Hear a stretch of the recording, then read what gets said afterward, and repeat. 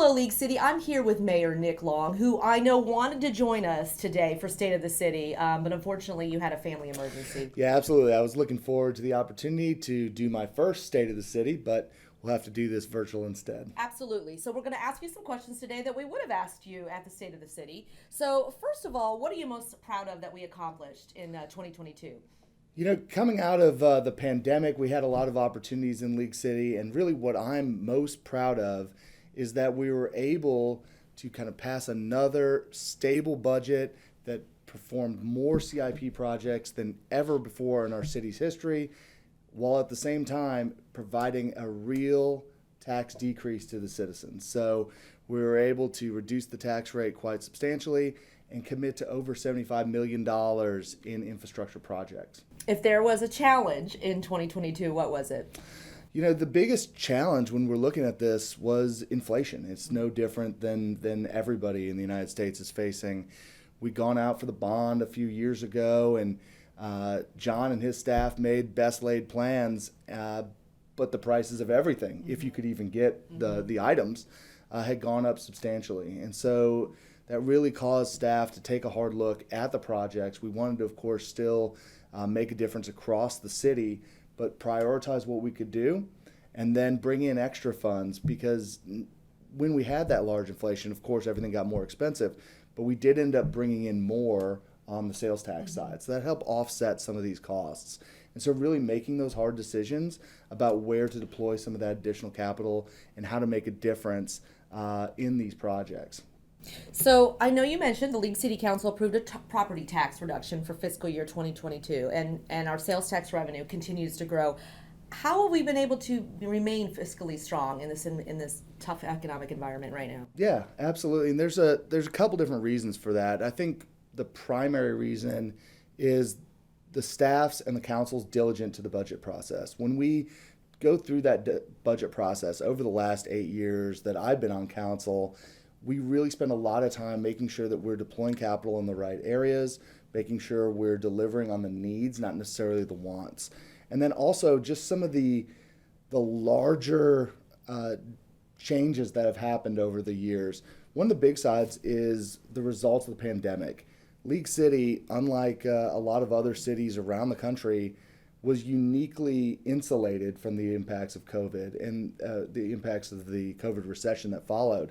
And one big area of that is we recovered very quickly from the unemployment side. And so just the nature of what people do around here, we bounce back very quickly. The other side of that is our greatest strength is maybe our location, right? It's a great place to be, but because of the changes in the way people worked, it became that much more appealing. If you didn't have to drive to the Galleria 5 days a week and be there at 8 a.m., living in League City starts to make a whole lot more sense. Just a great place to live, work, and play. So our housing stock was insulated, and we bounced back quicker from there. And then on the other side, just structural changes in the law. The last legislative session, they changed, the state legislature changed it so that the sales tax follows where you purchase, where the item is delivered to, not where it's delivered from. That's a big change. So in the old days, if you had these big warehouses off of the Beltway, all the sales tax would stay at those warehouses. Now, when that item is delivered into League City, the sales tax following it. So during the pandemic, obviously, online purchases went way up. We got all that sales tax and captured that. So we did not have an economy that was over-reliant on tourism or other industries that were impacted. We had a housing stock that became that much more valuable when you didn't have to drive into town every day. And our sales tax went up due to online purchases. So we kind of benefited from all different sides of that. And then put on top of that the fiscal discipline that we had over the years.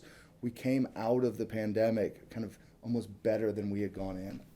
So the legislative session is about to get underway. What are the city and the council's kind of legislative priorities for the coming year? Yeah, so the state is facing an unprecedented budget surplus, $32-ish billion in surplus. Our main goal is to make sure a lot of that is passed down, or as much as possible is passed down to the property owners. And so when you look around League City, for the majority of people, their house is their single largest investment. And if we can help reduce property taxes with that surplus, that'll be great for the citizens of League City and, frankly, the economy of League City. If that money isn't being paid out in property taxes, there's a lot of other areas people will invest that money. And so we're making sure we're communicating to the legislators that we would love to see this money made available for true property tax reduction. And really, what that primarily looks like is an investment in public education from the state, thus reducing the school district's need to tax. And that's the primary driver of where that money could come back in. The other side of that is recently the City Council passed a letter of support for Senator Mays Middleton's anti-taxpayer paid lobbyist bill. So for too long in Austin, you've seen taxpayer-funded lobbyist groups lobby against the interests of taxpayers. And so Senator Middleton's bill will allow us to kind of cut off that whole flow of money to these organizations and make sure that the taxpayers are really being looked after and they're not being worked against their own interests. So we are going to continue to grow. Our latest population number, by the way, just came in. It's 118, I believe 624.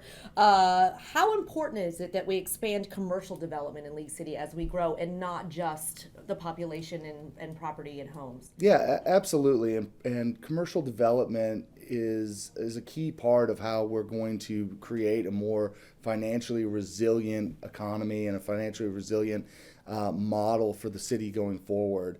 And I think it's important that we focus on commercial development that really benefits the citizens of League City, not just the developers. So when I say that, is I don't think you'll see this city council or me or any of you guys up there chasing after the next shiny ring or the next giant project that just gives away taxpayer money. We've seen some of the cities next to us pay out massive economic development money, $60, $70 million to attract development.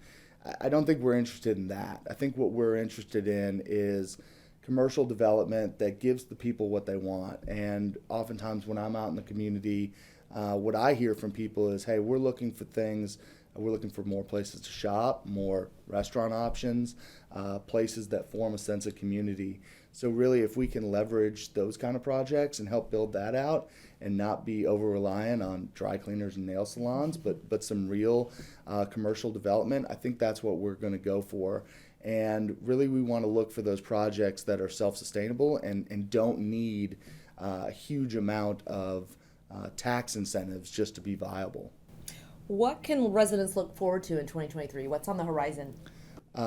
John Baumgartner has promised that I-45 is going to be done. Just kidding. But that is, I think in 2023, that's something we're all looking forward to being done. The other side of that is just kind of maintaining this fiscal discipline of finishing projects, getting these bond projects from the last bond done, looking forward and planning what the next kind of series of projects. We know that we need to continue to focus on traffic and continue to focus on building out our systems and figuring out how we're going to move people around this city, while at the same time never taking our eye off of drainage and making sure that we can be more resilient when that next Harvey-style flood comes. And then at the same time, as we're enjoying higher than expected sales tax returns, we need to continue that fiscal discipline and set us on a path so that we can ever kind of maintain that reduction or at least stabilization of property taxes going forward. So we'll wrap up. What goals do you and City Council have for the next few years, and what vision do you have overall for League City? Yeah, so one thing that we're doing, and you've been intimately involved in, is we're going to do kind of an envisioning retreat in the next couple months. And so we've got a couple new people in City Council, a couple people came back onto council. So I think it's important that we all sit down, figure out where everybody wants to go, figure out how we're going to get there together and lay out that vision. My personal goal is to continue those projects that we had talked about, make sure that we're ready for the future development that's going to come. Kind of like I said earlier, this is an extremely appealing place to live, especially if you can only have to go into town once or twice a week. And so the growth is going to come. So we need to be prepared for that. We need to be prepared from an infrastructure standpoint and get ahead of those projects.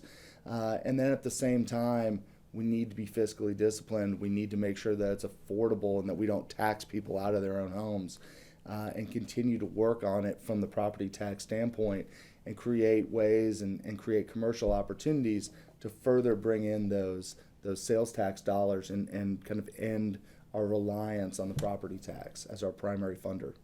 Well, Mayor Nick Long, thank you so much for joining us today. Anything you want to close out on or anything else you'd want to add? Well, no, thanks for everybody coming today. Wish I could have been there.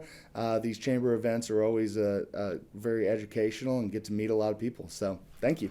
Thank you, Mayor Nick Long, for joining us today. And if you want to learn more about League City's accomplishments and its successes in 2022, you can go to leaguecity.com/2022 annual report.